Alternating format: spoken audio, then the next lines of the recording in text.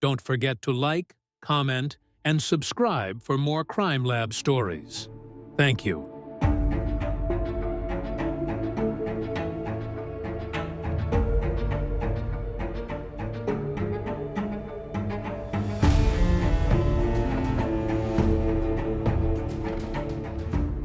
December 28, 1964. A seemingly ordinary winter afternoon in Garfield Heights, Ohio. But for 16-year-old Beverly Jarosz, it would be her last day alive. Beverly, a bright and beautiful high school junior, had her whole life ahead of her. Known for her friendly demeanor and artistic talents, she was loved by everyone who knew her. But that day, a dark shadow would fall over her quiet suburban neighborhood, leaving a mystery that haunts the community to this very day. On that December afternoon, Beverly's friend Barbara was dropped off by her mother for a visit. As Barbara approached the house, she noticed something odd. No cars were in the driveway, and the street was quiet.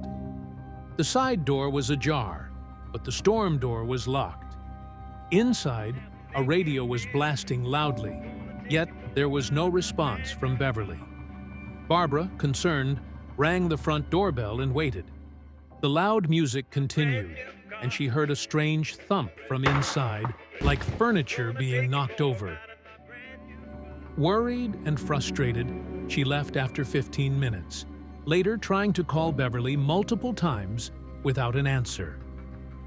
By 4:30 p.m., Beverly's father, Thaddeus, rushed home after receiving a call from his mother-in-law, Mrs. Vanek.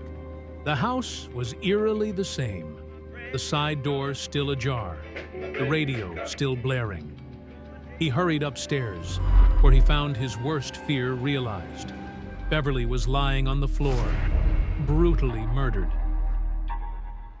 Beverly had been strangled and stabbed over 40 times, her body covered in defensive wounds, indicating a fierce struggle for her life. The once safe neighborhood was thrown into a state of shock and disbelief. How could something so heinous happen in broad daylight? The police were called immediately, but the crime scene offered more questions than answers.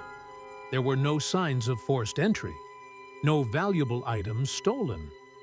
It was as if the killer had come with only one intention: to end Beverly's life. The investigation began, and detectives soon learned that Beverly had received threatening letters in the weeks leading up to her death. Letters that hinted at an unknown stalker who seemed obsessed with her. But who was this mysterious figure?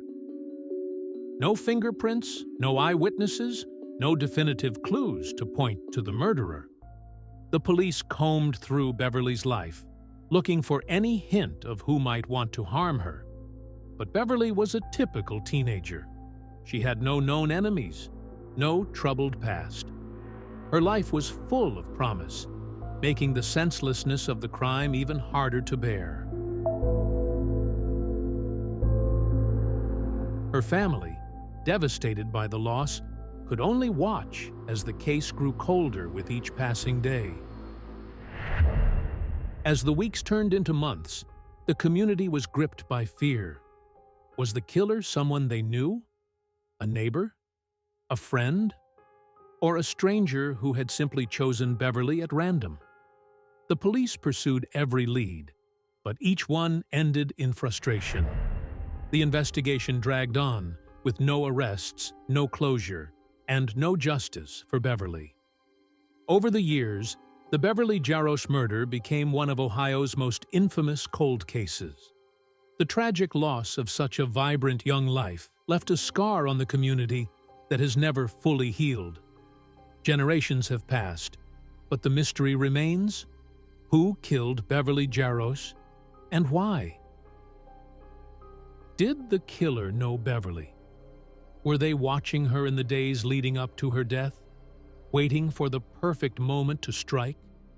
And most importantly, will justice ever be served for the girl whose life was so brutally taken?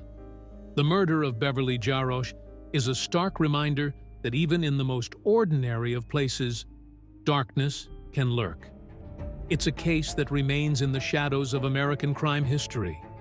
A young life ended far too soon, and a killer who, even after all these years, has never been brought to justice.